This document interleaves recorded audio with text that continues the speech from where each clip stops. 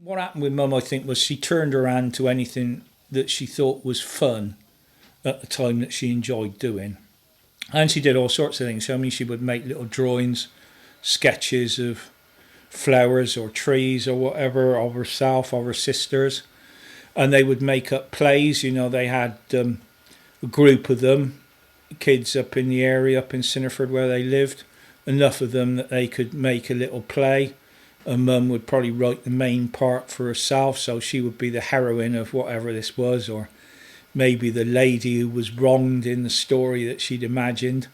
When she got married to my dad and lived up at Varnister in Ruardean, it's not a place where there's an awful lot going on. I mean, there's a few thousand people living there. There was enough people there and enough interest, mostly I think from married women who either weren't working or were working only part-time. They had this drama group and Mum would write away for plays that she could buy a pamphlet and have a few copies of it made perhaps, and they would put on a production, which meant effectively having a few evenings once a week maybe down at the village hall in Ruardean where they went to do that. Some clothing, you know, props and things Mum would keep at home very often. Top hat, maybe a walking stick with a silver head on it. Maybe the other women would make up some stuff so that they could wear appropriate clothes or whatever it was. I mean, it was very much a village scale thing. It wasn't anything posh.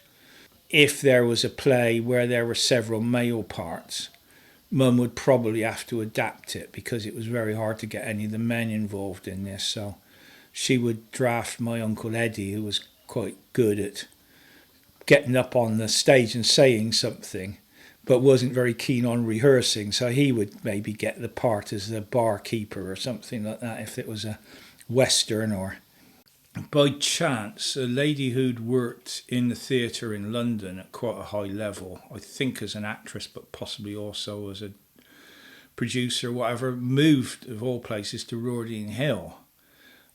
She was famous locally for a number of things, including keeping Afghan hounds, which were enormous and very, very hairy.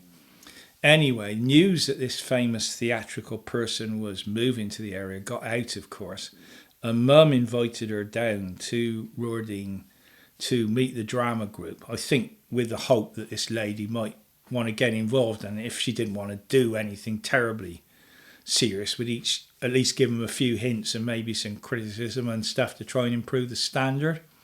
So, of course, come the day when the lady from London, who was now living in Ruardean, came down, all the ladies in Ruardean who were associated with the drama group turned out in their absolute best clothes with all their various jewellery and things in to do a supposed sort of theatrical session or whatever you want to call it in the village hall.